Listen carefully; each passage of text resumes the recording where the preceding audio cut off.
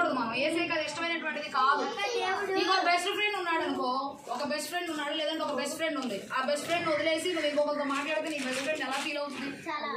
చాలా హర్టింగ్ గా ఫీల్ అవుతుంది. అయ్యో ఏంటి నా ఫ్రెండ్ నన్ను వదిలేసి ఇంకొకరితో మాట్లాడుతున్నారని బాధపడదు. నేనైతే అలాగే ఉంటాను తెలుసా. నా ఫ్రెండ్స్ ఇంకా నన్ను కాకుండా ఎవరితో మాట్లాడారంటే అయిపోయారు. అసలు కొట్టంలే మాట్లాడండి వాళ్ళతో, వాళ్ళతో ఇంక మాట్లాడండి. ఎందుకంటే మన ఫ్రెండ్ కాబట్టి. నాకు ఒక ఫ్రెండ్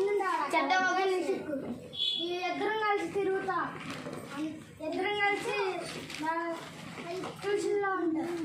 అయితే ఎప్పుడైతే వేరుగా ఉంటారో మన ఫ్రెండ్స్ మనకు వేరుగా ఉంటుంది, మనం తట్టుకోలేము. మన ఏసైకి కూడా నువ్వు బెస్ట్ ఫ్రెండ్, మహాలక్ష్మి ఓ బెస్ట్ ఫ్రెండ్, నాగమణి ఓ బెస్ట్ ఫ్రెండ్, సాత్విక్ ఓ బెస్ట్ ఫ్రెండ్, బెన్నీ ఓ బెస్ట్ ఫ్రెండ్, జంపలో బెస్ట్ ఫ్రెండ్. మరి మీరు ఆయన వదిలేసి ఇంకోతో మాట్లాడతారు, కోపం వద్దా రాదా? ఖచ్చితంగా వస్తుంది. కాబట్టి ఏసై యొక్క బెస్ట్ ఫ్రెండ్ గా నువ్వు ఉండాలి అనుకుంటే లోకాన్ని మానేసి, లోకాన్ని విడిచిపెట్టేసి. అయితే ఈ బిలీగ్రామ్ గారు ఏం చేశారు అంటే, బిలీగ్రామ్ గారు ఏం చేశారు అంటే, ఆ యొక్క చైన్స్ కట్టబడి ఉన్నటువంటి ఆ చైన్స్ బ్లాక్స్ కి వైట్స్ కి లేకుండా అందరూ దేవుని ముందు ఈక్వల్, ఎవరు కూడా వేరు కాదు, ఎవరైనా వచ్చి ముందు కూర్చోవచ్చు, ఎవరైనా దేవుని వాక్యాన్ని వినొచ్చు, ఏసై దగ్గర ఎవరైనా సమానులే అనేటువంటి మధ్యలో ఎందుకు నిలుస్తున్నారు?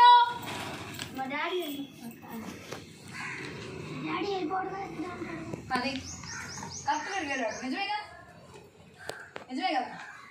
ఎలాగాని బయటకు వస్తాడు అక్క, ఎలాగాని ఇటు బయటకు వస్తాడు. అదే కదా.